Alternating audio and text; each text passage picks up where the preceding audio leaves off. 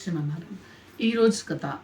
ఒకప్పుడు గౌతమ బుద్ధుడు తన వర్క్ అంతా అయిపోయి, ధ్యానం అయిపోయిన తర్వాత రెస్ట్ తీసుకుంటున్న టైంలో, ఈవినింగ్ టైంలో తన ఊరి ప్రజలు తనను దర్శనం చేసుకోవడానికి వచ్చి, అందులో ఒకతను ఆహ్, ఒక డౌట్ అడుగుతాడనమాట. "స్వామి, నేను ఒక సందేహం అడగాలనుకుంటున్నాను మిమ్మల్ని" అని అడుగుతాడు. అడిగినప్పుడు గౌతమ బుద్ధుడు, "ఓకే, నో ఇష్యూ, అడగండి. మీరు ఏ సందేహం అడిగినా నేను ఆన్సర్ చేస్తాను" అని అంటాడు.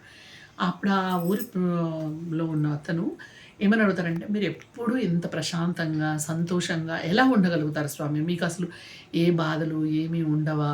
ఏంటి? ఎలా ఉండగలుగుతారు?" అని అడుగుతారు. అడిగినప్పుడు ఆయన, "ఓకే, నేను ఆన్సర్ చేస్తాను" అని చెప్పేసి తన దగ్గర పక్కన ఉన్న మంచినీళ్ళ కుండను తీసుకొని పట్టుకుంటాడనమాట. పట్టుకొని, "ఈ గుడ్డను ఎవరు మీరందరూ పట్టుకోగలుగుతారా?" అని అడుగుతారు. అప్పుడు వాళ్ళంటారు, పట్టుకోగలుగుతామండి, ప్రాబ్లమ్ లేదంటే." ఎంతసేపు పట్టుకోగలుగుతారు? ఒక అరగంట పట్టుకోగలుగుతారా? గంట పట్టుకోగలుగుతారా?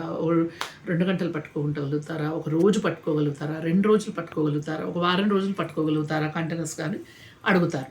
అప్పుడు ఆ ప్రజలు ఏం చెప్తారంటే, అరగంట, గంట అలాగంటే పట్టుకోగలుగుతాం స్వామి. మోర్ దాన్ దట్ 2 అవర్స్ అంటే పట్టుకోగలుగుతాం. అంతకంటే ఎక్కువ అంటే చేతులు మొద్దుబారిపోతాయి, తిమ్మిర్లొస్తాయి. అది మా వల్ల కాదు స్వామి" అని అంటారు. "మా బాధ, శరీరంకి బాధ ఉంటుంది" అని అంటారు. అప్పుడు గౌతమ బుద్ధుడు ఆన్సర్ చేస్తాడు.